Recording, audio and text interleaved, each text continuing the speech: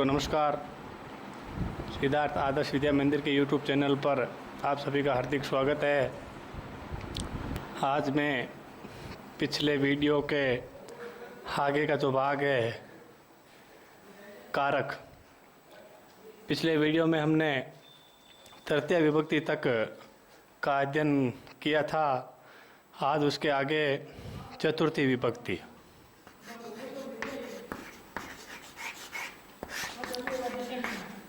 चतुर्थी विभक्ति का जो कारक है वो है संप्रदान कारक।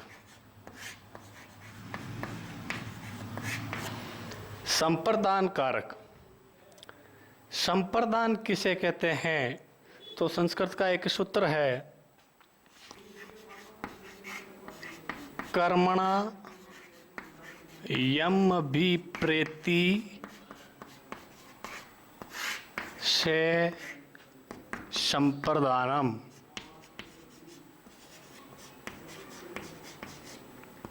अर्थात कर्म के द्वारा कर्ता जिसको संतुष्ट करता है वो संप्रदान कहलाता है। कर्मणा, कर्म के द्वारा, अर्थात तृतीय विभक्ति एक वचन।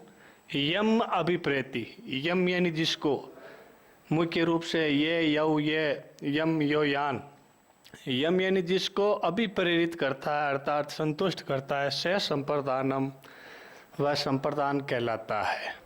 और एक सूत्र है जो इसकी व्याख्या करता है, संप्रदाने चतुर्थी। संप्रदाने चतुर्थी अर्थात संप्रदान में चतुर्थी विभक्ति होती है। इसका उदाहरण है नरपे, निर्धनाय, धनम यच्छति। नरपे निर्धनाय धनम यच्छति। इस वाक्य में जो कर्ता है वो नरप है यानी राजा। निर्धनाय यानी निर्धन के लिए अर्थात गरीब के लिए, धनम यच्छति धन देते हैं, तो राजा है वो गरीब के लिए धन देता है। तो यहाँ पर कर्ता कौन हो गए? नरप, अर्थात कर्म के द्वारा। कर्म क्या किया था? धन दे करके। कर्ता जिसको संतुष्ट करता है, कर्ता कौन है? कर्ता राजा है नरप।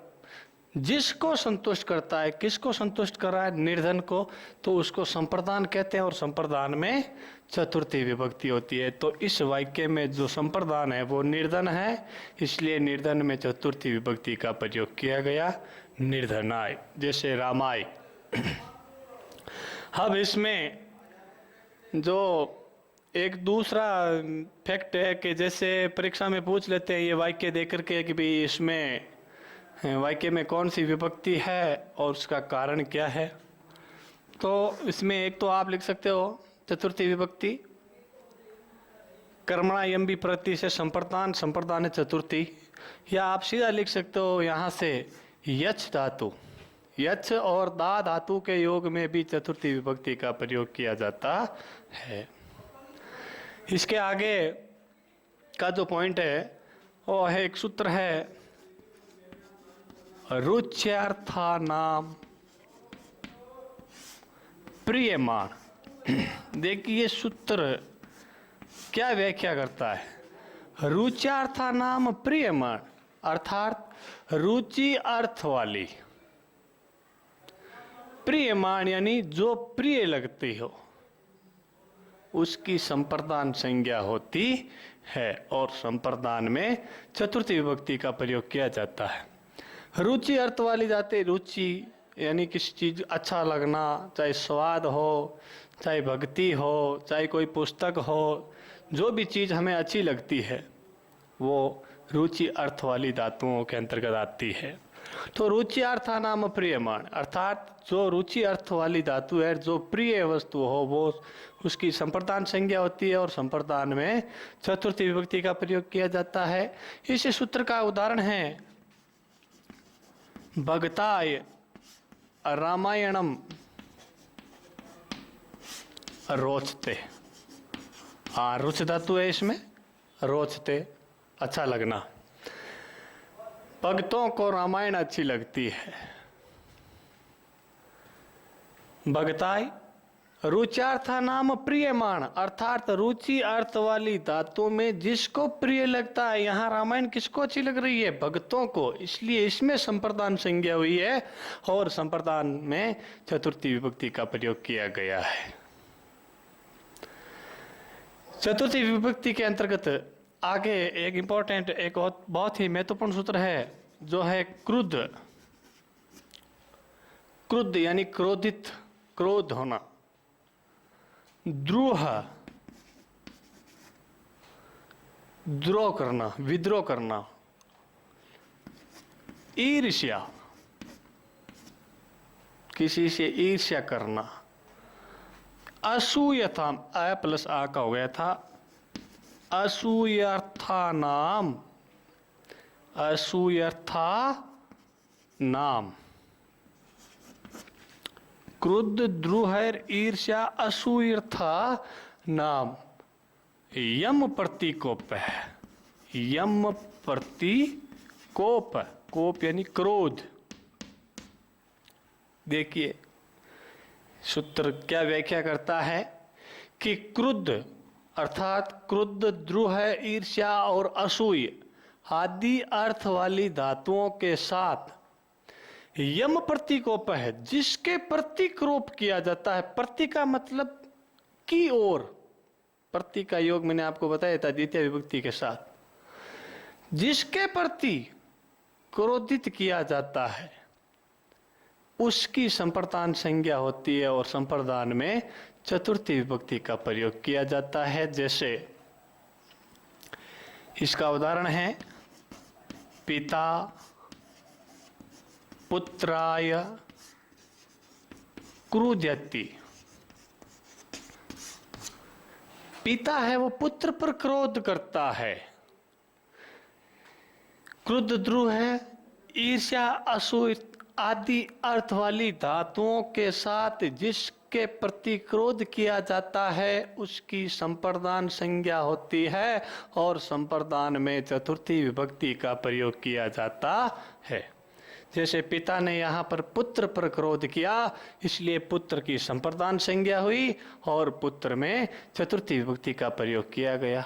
इसी प्रकार एक उदाहरण और है, देखिए कि दुर्जनः सजनाय। दुर्जन है वो सजन से ईर्ष्या करता है, ईर्ष्यति। दुर्जन सजन से ईर्ष्या करता है, यानी जिसके प्रति ईर्ष्या की जाती है उसकी संप्रदान संज्ञा और संप्रदान में चतुर्थी विभक्ति का प्रयोग। हाँ, अगर बोर्ड की क्लास में जैसे 10th में क्वेश्चन पूछा जाता है, मैंने आपको बार बार बताया है कि इसमें कौन सी विभक्ति है और उसका क्या कारण है। अगर आपको ये सूत्र याद है कि क्रुद्ध, द्रोह, असूयर्था नाम यम प्रतीकोप है, चतुर्थी विभक्ति में आता है, तो आपको केवल वाक्य में एक हिंट मिल जाएगा कि भी यहाँ क्रुद्ध धातु और ईर्ष्या धातु आई हुई है, ये संप्रदान संज्ञा करती है, तो अपने आप आपको सीधा उत्तर याद आ जाएगा। और इसके आगे हम पढ़ेंगे, बहुत ही महत्वपूर्ण सूत्र है चतुर्थी विभक्ति का, और वो ज़्यादातर प्रयोग किया जाता है 8वीं क्लास में, 8वीं और 9वीं क्लास में इसका जो प्रयोग होता है। देखिए सूत्र है नमः स्वस्ति स्वधा, नमः स्वस्ति स्वधा, सॉरी स्वाहा स्वधा, नमः स्वस्ति स्वाहा स्वधा। अलम वसट योगाश्च है, अलम वसट योगाच। अब इस सूत्र में क्या है, देखिए क्या ये सूत्र क्या व्याख्या करता है कि नमः स्वस्ति स्वाहा स्वधा अलम और वसट आदि के योग में भी संप्रदान संज्ञा होती है और संप्रदान में चतुर्थी विभक्ति का प्रयोग किया जाता है। जैसे कई उदाहरण हैं इसमें, रामाय नमः।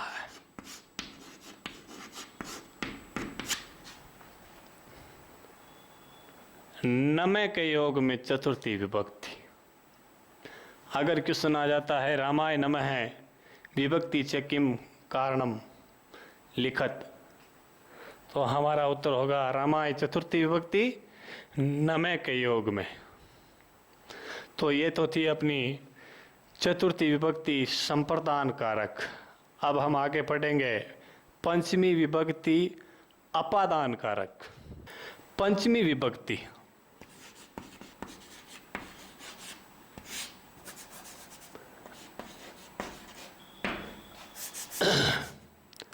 अपादान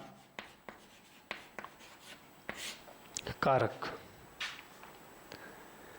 अपादान का मतलब क्या है? संस्कृत में एक सूत्र है ध्रुवम पाये अपादानम।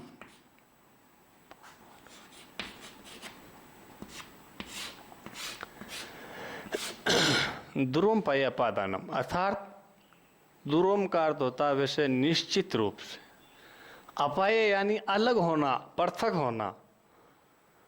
तो जहां पृथक होने पर जो चीज स्थिर रहती है उसको अपादान कहते हैं।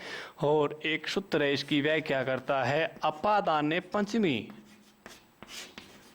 ये सूत्र कहता है कि अपादान में पंचमी विभक्ति का प्रयोग होता है।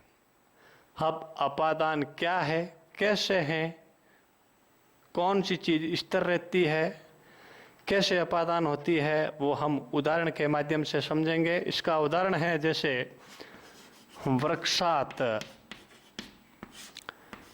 पत्रम पतति।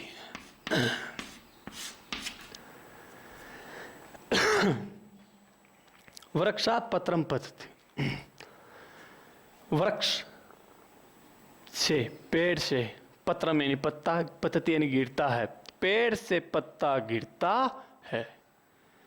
पेड़ से पत्ता गिर रहा है अर्थात पेड़ से वो पत्ता है वो अलग हो रहा है। तो स्थिर कौन है? स्थिर है पेड़। तो जो पृथक होने पर जो स्थिर है उसे ही अपादान कहते हैं। इसलिए इस वाक्य में अपादान है वो क्या है? वृक्ष है। इसलिए अपादान में पंचमी विभक्ति का प्रयोग किया गया। इसके आगे का जो सूत्र है वो है वित्रार्ता नाम भय हेतु। वित्रार्ता नाम भय हेतु। बी और त्रा, भी और त्रा ये दो धातु हैं संस्कृत में, बी और त्रा। भी का मतलब होता है भय, भय धातु से। बिब धातु, भय यानी डर, धातु कौन सी हो गई? बिभ। त्रा यानी रक्षा करना, रक्ष धातु। तो जब भय और रक्ष धातु अर्थ वाली धातुओं का जब प्रयोग हो और उसमें जो भय का हेतु यानी कारण, जो कारण है उसकी अपादान संज्ञा होती है और अपादान में पंचमी विभक्ति का प्रयोग किया जाता है। इसका उदाहरण देखिए जैसे बालक है, सिंहात, बिभेति। बिभेति यानी डरता है, बालक है वो शेर से डरता है, यानी बिभ धातु का प्रयोग किया गया है। बिभ धातु का मतलब होता है भय, डर। बालक है वो शेर से डरता है। इस सूत्र के माध्यम से समझिए आप कि बी त्रार्था नाम भय हेतु। बी और त्रा अर्थ वाली धातुओं के साथ भय का जो कारण है उसकी अपादान संज्ञा होती है और अपादान में पंचमी विभक्ति का प्रयोग किया जाता है। तो बी धातु आ गई, बिब, इसमें जो भय का कारण है, डरना, किस चीज से डर रहा बालक? शेर से डर रहा है, तो शेर में अपादान संज्ञा हो गई और अपादान में पंचमी विभक्ति का प्रयोग होता है। अब जो पंचमी विभक्ति का जो एक महत्वपूर्ण सूत्र है वो है भुवः प्रभवः। भुवः प्रभवः।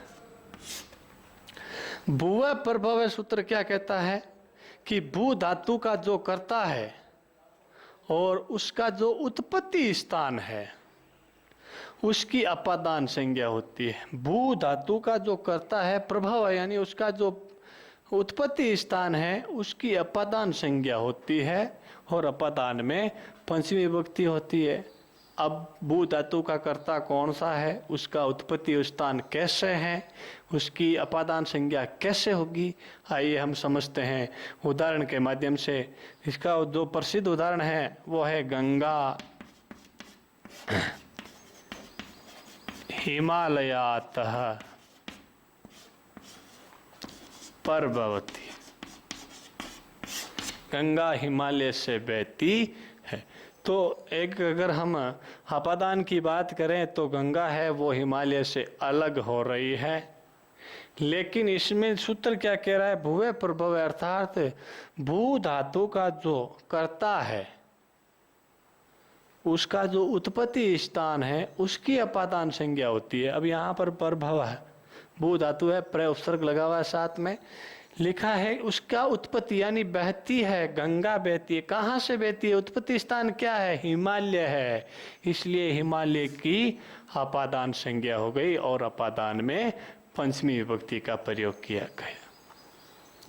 आगे हम बात करें तो एक सूत्र है जनि कर्तु प्रकृति।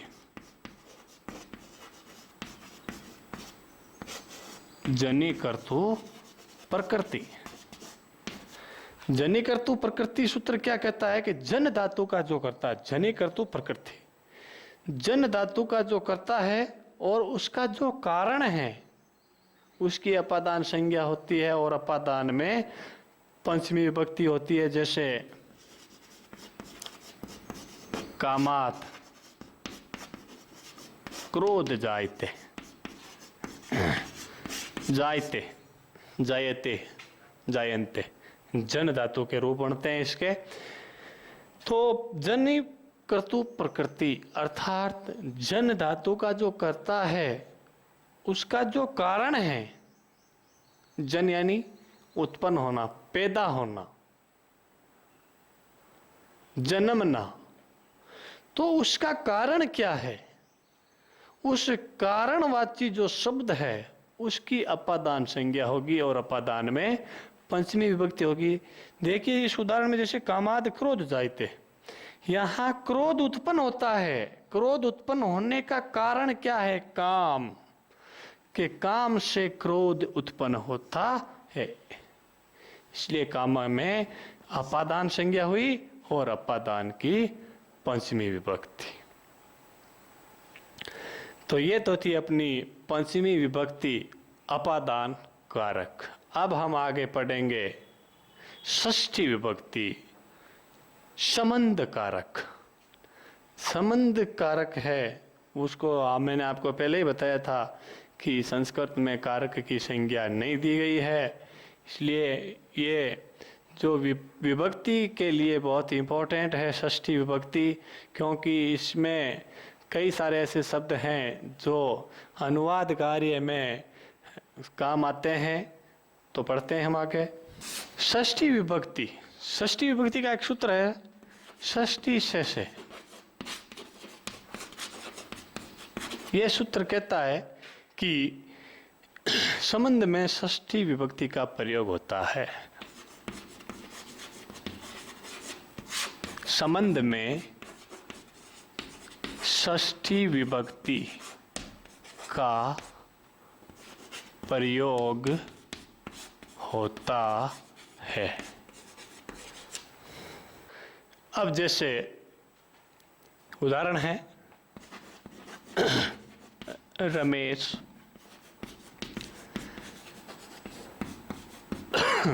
संस्कृतस्य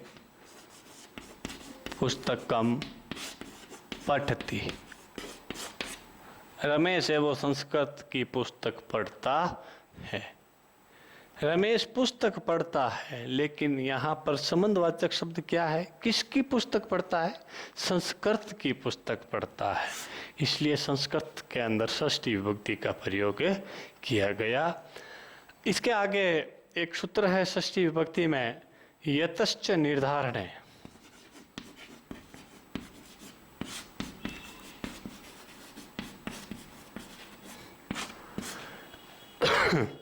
यतश्च निर्धारणम,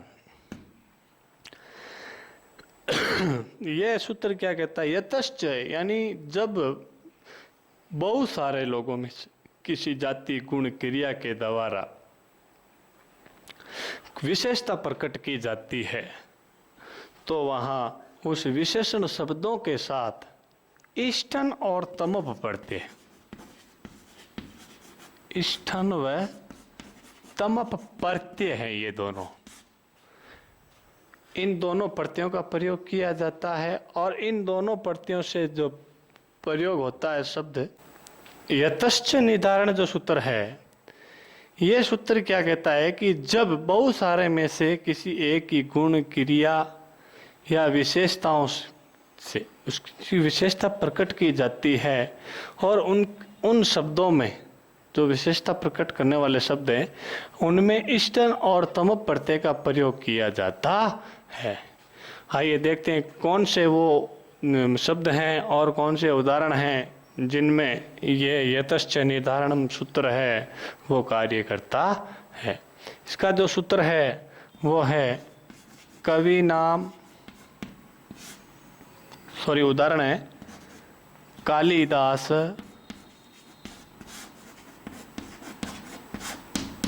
श्रेष्ठ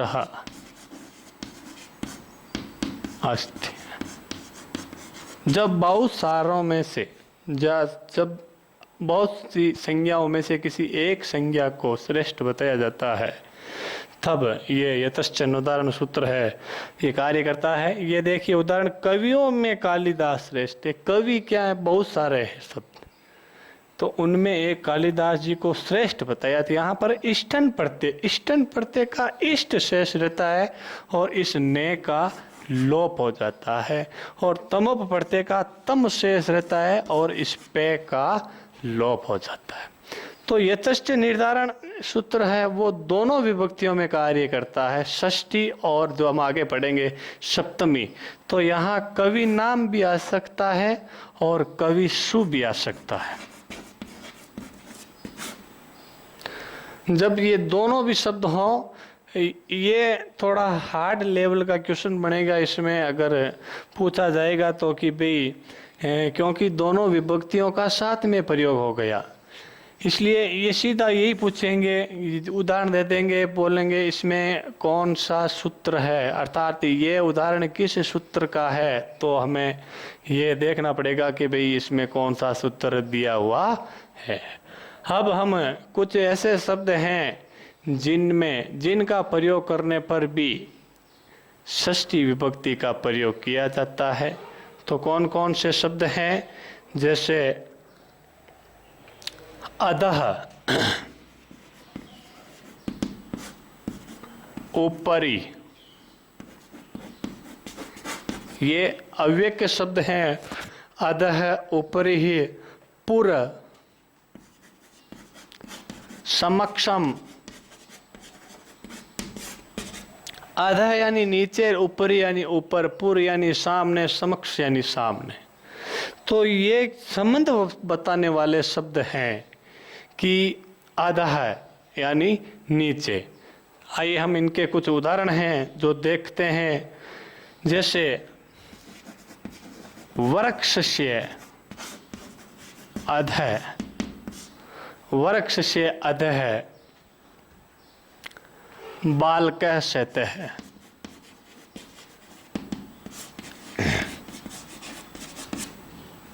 वृक्ष के नीचे बालक सो रहा है। तो ये संबंध बता रहा है यहाँ पर कि बालक सो रहा है, कहाँ सो रहा है वृक्ष के नीचे सो रहा है, तो जो अधे शब्द है ये षष्ठी विभक्ति का जो कारक है उसमें शामिल किया गया है। अगला है भवन से ऊपरी। भवन से ऊपरी खगा संति। भवन घर, अर्थात भवन यानी घर, घर के ऊपर खग यानी पक्षी, खगा बहुवचन हो गया, बहुत सारे पक्षी हैं। तो ये संबंध बता रहा है कि भाई भवन के ऊपर है वो पक्षी हैं। पक्षी हैं लेकिन कहाँ है, संबंध बता रहा है कि भवन के ऊपर है। तो ऐसे कई सारे उदाहरण हैं, शब्द हैं जो षष्ठी विभक्ति में इनका प्रयोग होता है। अब हम पढ़ेंगे आगे सप्तमी विभक्ति। सप्तमी विभक्ति का जो कारक है वो है अधिकरण।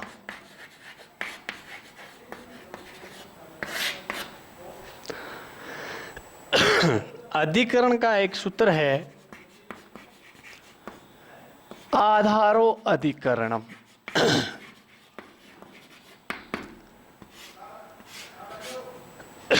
अर्थात आधार ही अधिकरण कहलाता है या आधार में अधिकरण होता है।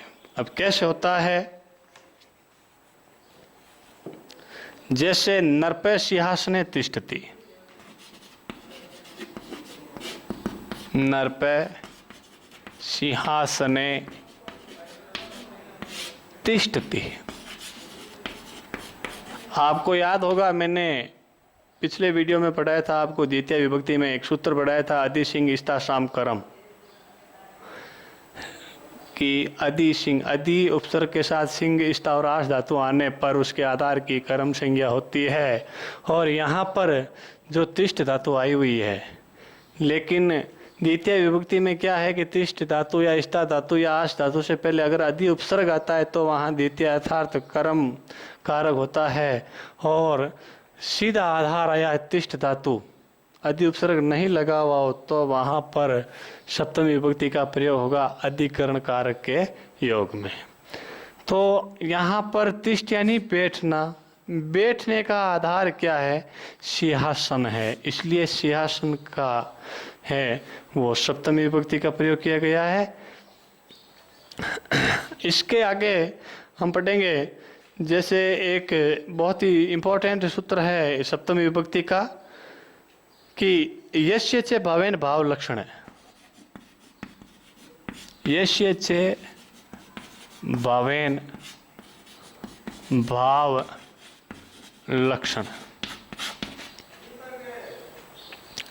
यस्य चे भावेन भाव लक्षण, ये क्या कह रहा है कि यस्य चे भावेन भाव लक्षण, अर्थात जब एक क्रिया के घटित होने पर तुरंत दूसरी क्रिया घटित हो जाती है, ऐसी स्थिति में भी अधिकरण अर्थात अधिकरण कारक या सप्तमी विभक्ति का प्रयोग किया जाता है। जैसे रामे वनम गते, रामे वनम गते, रामे वनम गते है दशरथ प्राणान अत्यजत, दशरथ प्राणान अत्यजत। यस्य चे भावेन भाव लक्षण सूत्र व्याख्या करता है कि जब एक क्रिया घटित होने पर तुरंत दूसरी क्रिया प्रकट हो, ऐसी स्थिति में दोनों क्रियाओं के कर्ताओं में सप्तमी विभक्ति का प्रयोग किया जाता है। तो यहाँ पर एक क्रिया क्या हुई देखिए, राम वनम गते, अर्थात राम के वन में जाते ही दशरथ प्राणान त्यजत, दशरथ ने प्राण त्याग दिए। तो दोनों क्रियाएं कौन सी, एक तो गते और एक है त्यजत। इन दोनों क्रियाओं के कर्ता कौन है? राम और दशरथ, इसलिए राम और दशरथ में सप्तमी विभक्ति का प्रयोग किया गया। तो ये तो था अपना कारक का टॉपिक जो आज संपूर्ण हुआ। अब आज्ञा दीजिए, सभी को एक बार फिर से नमस्कार, जय हिंद।